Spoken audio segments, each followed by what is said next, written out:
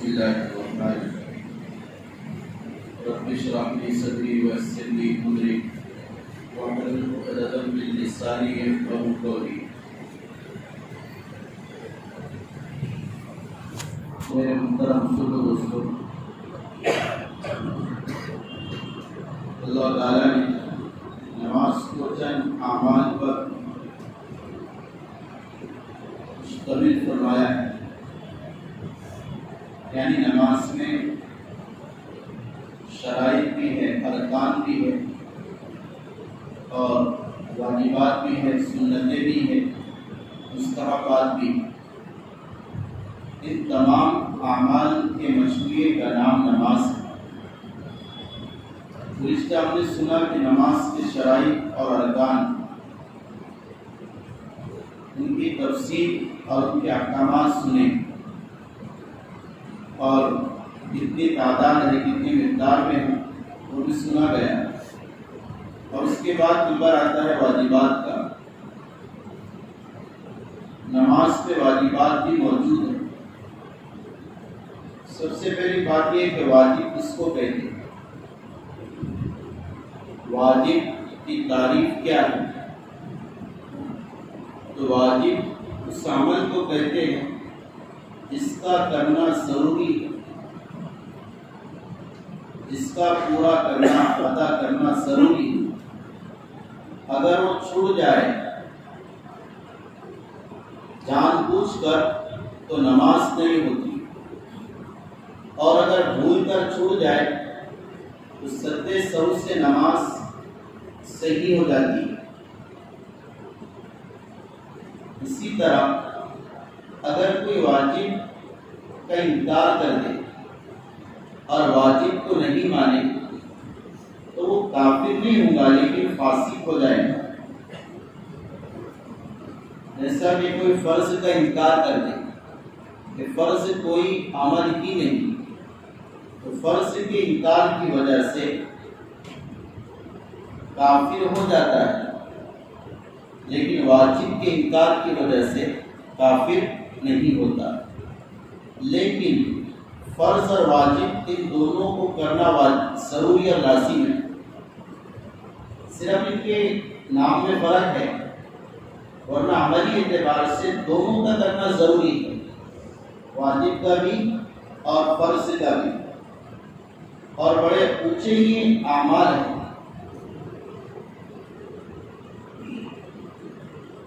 دوسری بات، نماز کے واجبات کتنے ہیں؟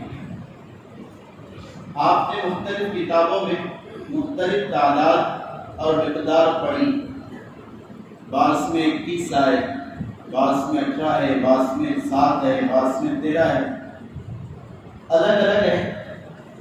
لیکن میں آپ سے وہ مقدار دیتا ہوں اور وہ تعداد دیتا ہوں جس کو حضرت مفتی کفایت اللہ صاحب رحمۃ اللہ علیہ نے تعلیم الاسلام میں ذکر کیا ہے۔ تعلیم الاسلام یہ بہت اہم کتاب ہے، گرچہ چھوٹا سا رسالہ ہے، چھوٹے سے اس کے حصے ہیں، لیکن بہت معتبر اور جامع ہے۔ اسی طرح بہشتی زیور یہ بھی بڑی عمدہ اور معتبر کتاب ہے۔ ہمارے بڑے بڑے اکابر ان دونوں کتابوں کو اپنے مطالعے میں رکھا کرتے تھے، بہشتی زیور کو اور تعلیم الاسلام کو۔ ان دونوں کتابوں کو اپنے مطالعے میں رکھا جائے، اور خصوصاً بہشتی زیور مستورات کو بھی اس کا مطالعہ کرایا جائے۔ اس میں خواتین کے بہت اہم باتیں اور احکامات ذکر کی حضرت، تو بہشتی زیور بھی معتبر ہے، تعلیم الاسلام یہ بھی معتبر ہے، اس کو بھی پڑھا جائے۔ تو تعلیم الاسلام میں واجبات کی مقدار 14 لکھی ہے کہ نماز کے واجبات 14 ہیں۔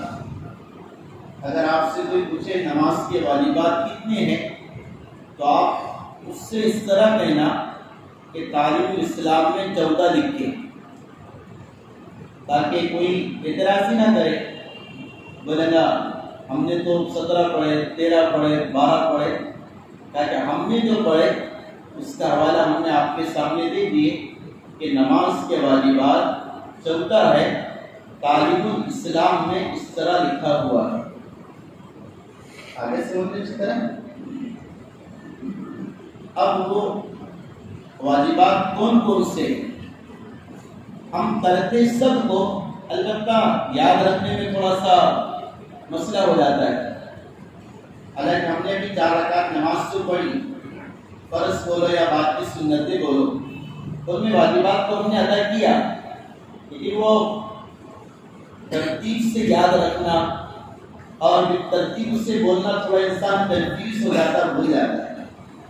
تو ترتیب سے اس کو سمجھ کے تاکہ یاد رکھنے میں آسانی، کیونکہ یاد ہوگا ایک ہوگا تو کرنا آسان ہوگا، ورنہ نہ یاد ہونے کی وجہ سے نماز بھی فوت ہو سکتی ہے، یعنی نماز بھی باطل اور فاسد ہو سکتی ہے، نہیں ہو سکتی ہے، وغیرہ وغیرہ. تو سب سے پہلا واجب یہ ہے سورہ فاتحہ کا پڑھنا. سورہ فاتحہ کا پڑھنا یہ واجب، مکمل سورہ فاتحہ پڑھنا واجب ہے. حتیٰ کہ فقہاء اور علماء نے لکھا ہے اگر کوئی سورہ فاتحہ کی ایک آیت بھی چھوڑ دے تو اس پر بھی اگر جان بوجھ کر چھوڑا تو نماز نہیں ہوگی، اور اگر بھول کر چھوڑا تو سجدے سہو کرنا پڑے گا. اس پر بھائی جس نے سورہ فاتحہ کی ایک آیت بھی چھوڑ دیا، الحمدللہ رب العالمین مالک یوم الدین الرحمن الرحیم چھوڑ دیا، تو اس ایک آیت کے چھوٹنے پر بھی سجدے سہو واجب ہو جاتا ہے. پوری 7 کے 7 آیتیں پڑھنا واجب اور ضروری سورہ فاتحہ ہے. ابھی کون سی رکعتوں میں واجب ہے؟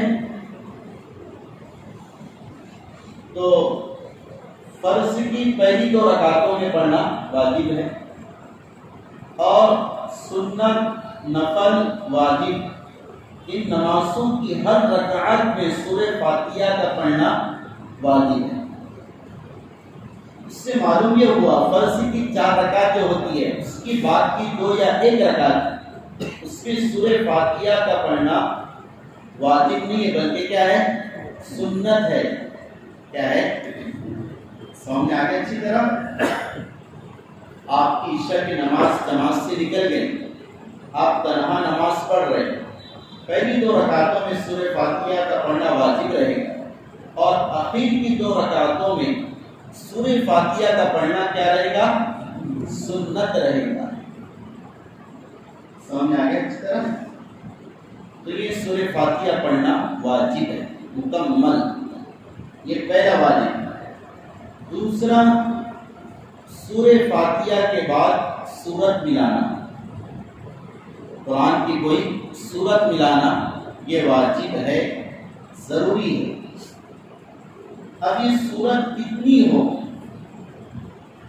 اور کتنی مقدار اس کی ہے جس سے واجب ادا ہو جائے گا. تو ہم جو سنتے جا رہے ہیں ابھی تک، ایک بڑی آیت ہو یا کم از کم 3 چھوٹی آیتیں، یہ اس کی مقدار ہے واجب سورت کی. اچھا، یہ 3 آیتیں چھوٹی کتنی ہو اور ایک بڑی کتنی ہو اس کو سمجھ لو آپ.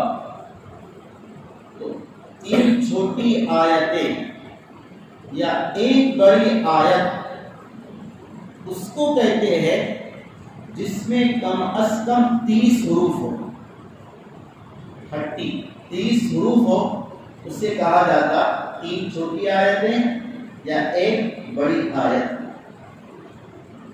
سمجھ آگے اچھی طرح. لہذا اگر کسی نے سورہ فاتحہ کے بعد اتنی آیت پڑھ لیا، اتنا قرآن پڑھ لیا جس میں کتنے حروف ہو؟ 20 حروف ہو، اس کی نماز ہو جائے گی. اچھا، اچھی طرح سمجھ آ گئے؟ بھائی سمجھ میں آیا اچھی طرح؟ اچھا صاحب سمجھ آیا؟ جی، یعنی واجب قرات کی مقدار جو ایک بڑی آیت یا چھوٹی 3 آیتیں کہی جاتی ہے وہ اتنی ہے جس میں 30 حروف آ جاتے ہیں. آپ نے دیکھیے نا کون سی کتنی آیت ہے. اگر کسی نے نماز پڑھا، کیا پڑھا؟ اور اس میں قل اعوذ برب الناس ملک الناس الہ الناس اتنا پڑھا پہلی رکعت میں، تو اگر ان 3 آیتوں میں 30 حروف ہو جاتے ہیں تو نماز ہو جائیں گی. سمجھ آ گیا؟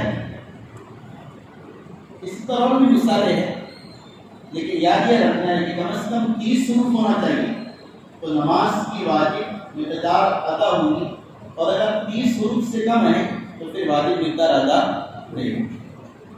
سمجھ آ گیا اچھی طرح؟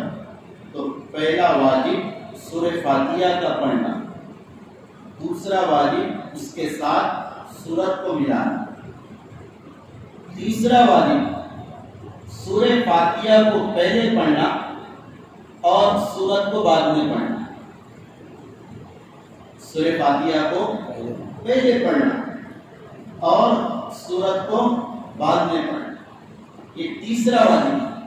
لہذا اگر کسی نے اللہ اکبر قل هو اللہ احد پہلے پڑھ لیا اور بعد میں الحمدللہ رب العالمین پڑھا تو اس صورت میں اس کا واجب ادا نہیں ہوگا. سورہ فاتحہ کو اسٹارٹ میں پڑھنا ہے، اس کے بعد سورت کا ملانا ہے. 3 واجب ہو گئے. چوتھا واجب سورہ فاتحہ اور سورت کو پہلی 2 رکعتوں میں پڑھنا ہے. تو سورت کو کون سی رکعت کے لیے متعین کرنا؟ پہلی 2 رکعتوں کی. آگے سمجھیں، یہ جو قرات کی جائیں گی، سورہ فاتحہ تو پڑھی جاتا ہے رکعت میں، لیکن جو قرات کی جائیں گی اس قرات کو کہاں پڑھنا؟ پہلی 2 رکعتوں میں، فرض کی. سمجھ آ گئی؟ یہ واجب ہے. لہٰذا اگر کسی نے پہلی 2 رکعتوں میں صرف سورہ فاتحہ پڑھا اور قرات اس نے نہیں کیا، رکوع کر لیا، اس کا واجب چھوٹ جائے گا. اگر جب پھر اس کو آخری 2 رکعتوں میں وہ اس کا ریپیٹ کر لے تو نماز ہوگی، لیکن کیا کرنا پڑے گا؟ سجدے سو کرنا پڑے گا. ایک ہی جگہ کتنے واجب ہو گئے؟ 4. کتنے ہو گئے؟ پھر سے پہلا سورہ فاتحہ پڑھنا، دوسرا سورت کا ملانا، تیسرا سورہ فاتحہ کو پہلے پڑھنا، اور چوتھا قرات کو پہلی 2 رکعت کے لیے متعین کرنا. قرآن کی قرات کو پہلی 2 رکعت کے لیے متعین کرنا. یہ 4 واجب ہے. کس میں ہے؟ قیام میں. کس میں ہے؟ آگے سمجھیں اچھی طرح. اس کے بعد ہم رکوع کرتے ہیں. رکوع کی تسبیح بولتے ہیں. تسبیح سنت ہے، اللہ اکبر، امام بھی کہے آپ بھی کہیں. رکوع میں جاتے، رکوع کرنا کیا ہے؟ فرض ہے، اس میں کوئی واجب نہیں. رکوع کی تسبیحات پڑھنا یہ بھی سنت ہے. پھر جب رکوع سے کھڑے ہوتے، کیا ہوتے؟ کھڑے ہوتے. تو رکوع سے کھڑے ہونے کو کیا کہتے ہیں اپنی زبان میں؟ قوما. کیا کہا جاتا ہے؟ تو قوما کرنا واجب ہے. قوما کیا ہے؟ واجب. یہ 5واں واجب قوما. اور کتنا ہو؟ کم از کم ایک تسبیح کے بقدر سبحان اللہ. کتنی اس کی کوانٹٹی اور کیپیسٹی مقدار ہے؟ کم از کم ایک بار پڑھنا سبحان اللہ کے بقدر اتنا قوما کیا جائے. سمجھ آ گیا اچھی طرح؟ اس کے بعد 5 واجب ہو گئے. ہم سجدہ کرتے، سجدہ فرض ہے. پہلے سجدے سے جب اٹھ کر بیٹھتے اسے کیا کہا جاتا؟ جلسہ کہا جاتا. یہ جلسہ واجب ہے. یہ کیا ہے؟ واجب. جلسہ کتنا ہونا چاہیے؟ کم از کم 1 مرتبہ سبحان اللہ کے بقدر ہونا چاہیے. باقی اس میں جو اور دعائیں ہیں قوما جلسہ میں، جیسے قومے میں ربنا لك الحمد حمدا كثيرا طيبا مباركا فيه ملء السماوات والارض وما بينهما وملء ما شئت یہ جو دعائیں ہیں فرائض میں تو اس کو نہ پڑھیں، البتہ اپنی جو نفل آپ پڑھ رہے ہیں یا سنت پڑھ رہے ہیں یا اپنی واجب پڑھ رہے ہیں، اس میں یہ لمبی دعائیں جو ہے قوما اور جلسے کی پڑھ سکتے ہیں۔ آگے سمجھ میں؟ اسی طرح اگر فرض آپ تنہا پڑھ رہے ہیں، فرض نماز امام کے ساتھ ہی بلکہ تنہا پڑھ رہے ہیں، تب بھی یہ جو لمبی دعائیں ہے قوم یا جلسے اس کو پڑھنا چاہیے۔ سمجھ آگے اچھی طرح؟ لیکن امام کے پیچھے موقع نہیں ہوتا ہے، امام کو کہا گیا نماز کو زیادہ لمبی نہ کرے، طویل نہ کرے، اس لیے نہ امام کے لیے کہ ربنا لک الحمد اتنا کہے اور پھر سجدے وغیرہ میں چلا جائے۔ لیکن جو اگر تنہا پڑھ رہا، چاہے وہ کوئی بھی نماز ہو اس کی، اس کو تو کوئی مسئلہ نہیں، وہ خود اپنی اس کی حکومت ہے، وہ لمبا بھی کر سکتا ربنا لک الحمد حمدا کثیرا طیبا مبارکا فیہ، اور جلسے میں رب اغفر لی وارحمنی واہدنی وارزقنی وعافنی وغیرہ یہ الفاظ سے وارد ہوئے، یہ الفاظ بھی پڑھ سکتا ہے قائم جلسے میں، اور پڑھنا چاہیے، اس سے نماز کا خشوع ہوتا ہے، نماز میں دھیان جمتا ہے۔ کتنے واجبات ہو گئے؟ 6 ہو گئے۔ کتنے ہو گئے؟ پھر سے اس کو ریپیٹ کر لیتے ہیں۔ پہلا سورہ فاتحہ کا پڑھنا، دوسرا سورت کا ملانا، تیسرا سورہ فاتحہ کو سورت سے پہلے پڑھنا، چوتھا قرات کو پہلی 2 رکعت میں کرنا، پانچواں قوما کرنا، چھٹا جلسہ کرنا۔ 6 ہو گئے۔ 7واں واجب قاعدہ اولا ہے 4 رکعت والی نماز۔ کون سا واجب ہے؟ 7واں قاعدہ اولا۔ اس سے آپ 4 رکعت نماز پڑھ رہے ہیں، اس میں پہلا قاعدہ کون سا ہوگا؟ واجب ہوگا۔ سمجھ آگے اچھی طرح؟ پہلا قاعدہ واجب ہے، اور دوسرا قاعدہ کیا ہوتا ہے؟ آخری قاعدہ وہ فرض ہوتا ہے۔ آخری قاعدہ چاہے وہ آخری قاعدہ 2 رکعت والی نماز کا ہو یا 4 رکعت والی کا ہو یا 3 رکعت والی کا، آخری قاعدہ فرض اور پہلا قاعدہ واجب۔ سمجھے؟ اور کتنا واجب ہے؟ پہلے یہ 7 ہو گئے نا۔ 8واں ہے پہلے قاعدے میں اور دوسرے قاعدے میں التحیات یعنی تشہد کا پڑھنا، التحیات یعنی تشہد کا پڑھنا، یہ کیا ہے؟ واجب۔ پہلا قاعدہ بھی واجب، اور اس میں التحیات للہ والصلوات والطیبات یہ پڑھنا بھی کیا ہے؟ واجب۔ اس سے زیادہ پڑھنا واجب نہیں، صرف کیا پڑھیں گے؟ پہلے قاعدے میں التحیات پڑھیں گے، تشہد پڑھیں گے۔ لہذا اگر کوئی آدمی 4 رکعت والی نماز پڑھ رہا اور اس نے التحیات پڑھ لیا اور اس کے بعد کھڑا ہونا چاہیے تھا، لیکن کیا شروع کر دیا؟ درود شریف شروع کر دیا، تو اس پر سجدے سہو کب واجب ہوگا؟ اس کو اچھی طرح سمجھنا ہے۔ تو اگر التحیات کے بعد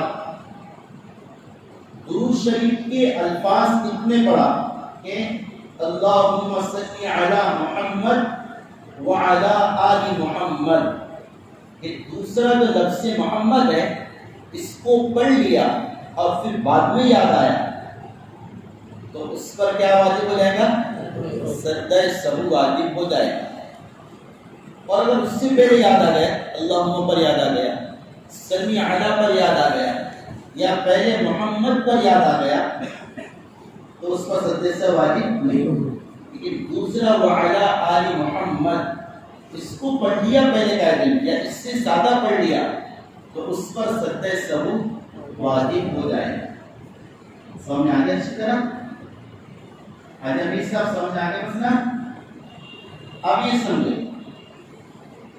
یہ مسئلہ 4 رکعت والی نماز کا ہے۔ کون سی نماز؟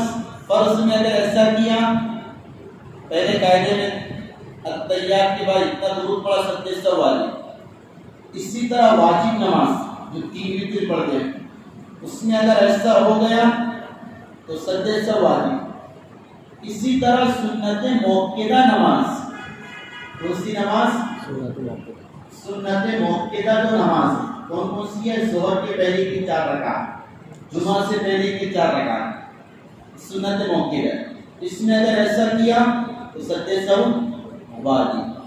سمجھ میں آیا؟ اب کون سی نماز رہ گئی؟ بولیے نا بھائی، سنت غیر موقع اور نفل رہے گی۔ سمجھ آیا اچھی طرح؟ یہاں سمجھنا پڑے گا آپ کو اچھی طرح یہ مسئلہ۔ اگر کوئی آدمی سنت غیر موقع کا نماز پڑھ رہا 4 رکعت، جیسے عصر کے پہلے کی 4 رکعت، عشاء کے پہلے کی 4 رکعت یہ پڑھ رہا، یا 4 رکعت نفل پڑھ رہا کوئی، اور اس میں ایسا ہو گیا کہ التحیات کے بعد درود شریف پڑھ لیا، چاہے وہ علی محمد پڑھیں یا اس سے زیادہ پڑھ لیں، تو اس پر سجدے سہو واجب نہیں ہوگا، اس پر واجب نہیں ہوگا۔ یہ سمجھنا پڑے گا تھوڑا سا۔ حاجی عبدالقیوم صاحب تو بھی کچھ بھی نہیں ہوگا، نیا لگا نا کچھ؟ ہاں، ابھی تک میں سمجھتے ہیں کہ سنتوں کے اندر بھی جو غیر موقعہ ہے اس میں التحیات کے بعد درود شریف پڑھ لیا تو کیا واجب ہو جاتا؟ سجدے سہو۔ سنتوں میں نہیں ہوتا، کتنی نمازوں میں ہوتا ہے؟ 3۔ پھر سے ریپیٹ کرو، فرائض میں اگر ایسا کرا تو واجب ہو جائے، واجب نہیں کرا تو ایسا ہو جائے۔ اور سنت موقعہ نہیں کرا کہ التحیات کے بعد اللہم صلی علی محمد وعلی آل محمد جب اس سے زیادہ پڑھ لیا تو اس پر سجدے سہو واجب ہوگا۔ اس کے علاوہ جو نماز ہے سنت غیر موقعہ اور نفل نماز، اس میں اگر کسی نے پہلے قاعدے میں التحیات کے بعد درود شریف پڑھ لیا، چاہے تھوڑا پڑھے یا زیادہ پڑھے، تو اس پر سجدے سہو واجب نہیں ہوگا۔ سمجھ آگے اچھی طرح؟ ہاں واجب بھی ہو جائے گا، پہلے سے سمجھ آگے نا؟ پھر سے ایک بار سنو اس کو، میں نے کہا 3 نمازیں، فرض، واجب، سنت موقعہ۔ ان تینوں قسموں کی نمازوں میں پہلے قاعدے میں التحیات کے بعد درود پڑھ لیا وعلی آل محمد تک سجدے سہو واجب ہو جائے گا۔ اس کے علاوہ جو نمازیں ہیں وہ کون سی؟ سنت غیر موقعہ یا نوافل جو 4 رکعت نیت مان کر پڑھتے ہیں، اس میں اگر درود شریف پڑھ لیا تو اس پر سجدے سہو واجب نہیں۔ سمجھ آگے اچھی طرح؟ یہ مسئلہ آپ کے سامنے ذکر کر دیا گیا، اس کو سمجھنا اچھی طرح اور اس کو سمجھانا دوسروں کو اچھی طرح۔ سمجھ نہیں آیا تو بعد میں آپ نے دریافت کر لیں۔ تو کتنے واجبات ہو گئے؟ 8 ہو گئے۔ پھر سے اس کو ریپیٹ کر دیں، پہلا سورہ فاتحہ کا پڑھنا، دوسرا سورت کا ملانا، تیسرا پہلے سورہ فاتحہ کو پڑھنا بعد میں سورت کا پڑھنا، چوتھا سورت اور قرات کو پہلی 2 رکعتوں میں پڑھنا، پانچواں قوما کرنا، چھٹا جلسہ کرنا، ساتواں پہلا قاعدہ کرنا، اور آٹھواں اس پہلے قاعدے میں اور آخری قاعدے میں التحیات کا پڑھنا۔ یہ کتنے واجبات ہو گئے؟ 8۔ سمجھ آگے اچھی طرح؟ 8۔ 9واں واجب لفظ سلام سے نماز کو ختم کرنا۔ السلام تو کہتے ہیں نا کہ لفظ سلام کا تلفظ اور اس کو پڑھنا واجب ہے، اور علیکم، السلام علیکم، سمجھے؟ یہ علیکم کے بعد علیکم وغیرہ یہ واجب نہیں ہے۔ السلام کیا ہے؟ واجب ہے۔ تو السلام واجب، علیکم ورحمۃ اللہ یہ کیا ہے؟ سنت۔ آگے سے مجھے اچھی طرح تو لفظ سلام بولنا، کیا بولنا؟ السلام، یہاں تک بولنا واجب، اور علیکم ورحمۃ اللہ یہ سنت۔ آگے سمجھنے اچھی طرح یہ کتنے واجبات ہو گئے؟ نویں ترتیب سے میں نے گنا دیا یاد رکھنے کے لیے۔ اب اس پر غور کرنا، 9 ہو گئے، 5 باقی، اور اس کو سمجھو۔ 10واں واجب ہے تعدیل ارکان۔ کیا ہے؟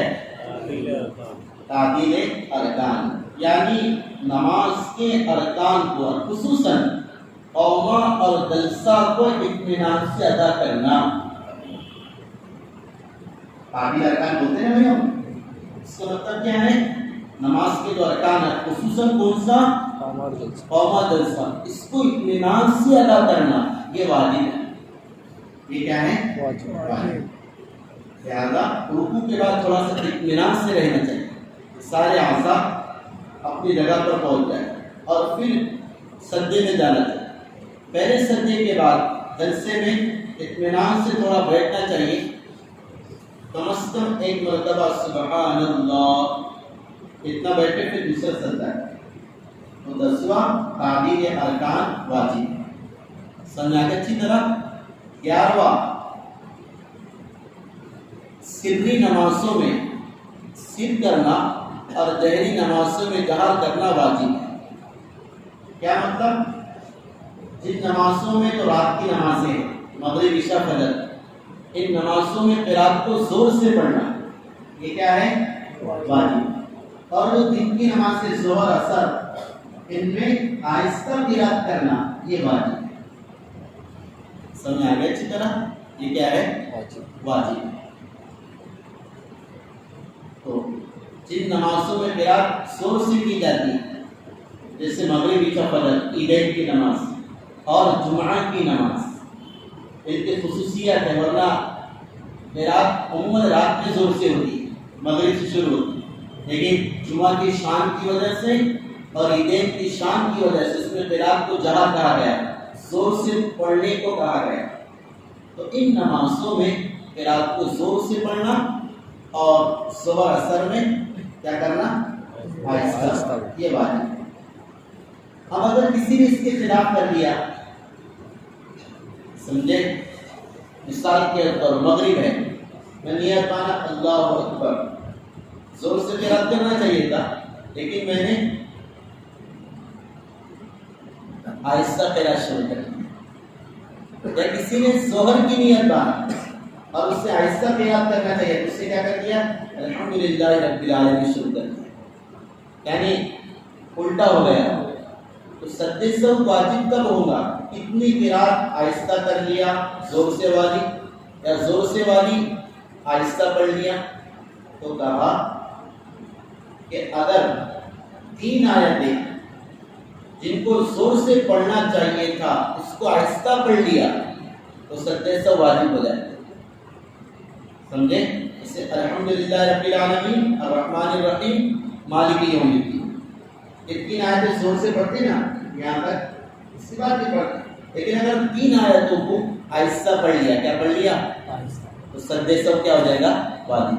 اور ظہر میں 3 آیتیں زور سے پڑھ لیا، آہستہ پڑھنا تھا لیکن زور سے پڑھ لیا تو سجدے سے واجب. اس سے کیا معلوم ہوا بولو؟ اگر 3 سے کم آیتیں الٹ پلٹ ہو گئی، ظہر میں زور سے اور مغرب میں آہستہ، 3 سے کم، 1 ہو گئی 2 ہو گئی، سجدے سے واجب ہوگا؟ نہیں ہوگا. آگے سمجھ اچھی طرح. اگر کسی کی جماعت چھوٹ گئی اور وہ مغرب کی نماز پڑھ رہا ہے تو اس کو زور سے ایک منٹ یہ مسئلہ بتا رہا ہوں. کتنا سمجھ میں آ گیا؟ یہ تو جماعت کا مسئلہ ہے. کس کا مسئلہ ہے؟ اگر آپ امام بنو تب یہ مسئلہ ہے، سمجھے. لیکن اگر کوئی اپنی پرسنل نماز پڑھ رہا، چاہے فرض بولو چاہے سنت واجب بولو، اکیلا پڑھ رہا تو وہاں پر یہ مسئلہ نہیں ہے. اگر آپ مغرب کی تنہا پڑھ رہے، کیا پڑھ رہے؟ وہاں پر قرات آہستہ بھی کر سکتے، زور سے بھی کر سکتے. عشاء کی نماز پڑھ رہے تنہا، آہستہ بھی کر سکتے اور زور سے بھی کر سکتے. ظہر کی نماز پڑھ رہے، وہاں پر قرات آہستہ بھی کر سکتے اور زور سے بھی کر سکتے. سامنے آ جائے اچھی طرح. اکیلی نماز سے پڑھی جاتی اس میں کوئی مسئلہ نہیں. یہ مسئلہ کس کے ساتھ ہے؟ جماعت اور امام کے ساتھ، سمجھے. لیکن اکثر یہ ہے دن کی نماز سے آہستہ ہی پڑھے اور خیال رکھے کہ اپنے قرات سے کسی کو تکلیف نہ ہو. اگر مغرب چھوٹ گئی اور سنتیں پڑھ رہے اور حضرت نے پیچھے آ کر الحمدللہ رب العالمین شروع کر دیا، نمازوں کو خلل ہوگا نمازیوں کے. ایسا نہ ہے. اگر کسی کو تکلیف نہ ہوتی ہو تو پڑھنا چاہیے وہ رات کی نماز. دن میں بھی کر سکتے لیکن دن میں نہ کرنا بہتر. اگر کسی نے کر لیا تو سجدے سے واجب نہیں.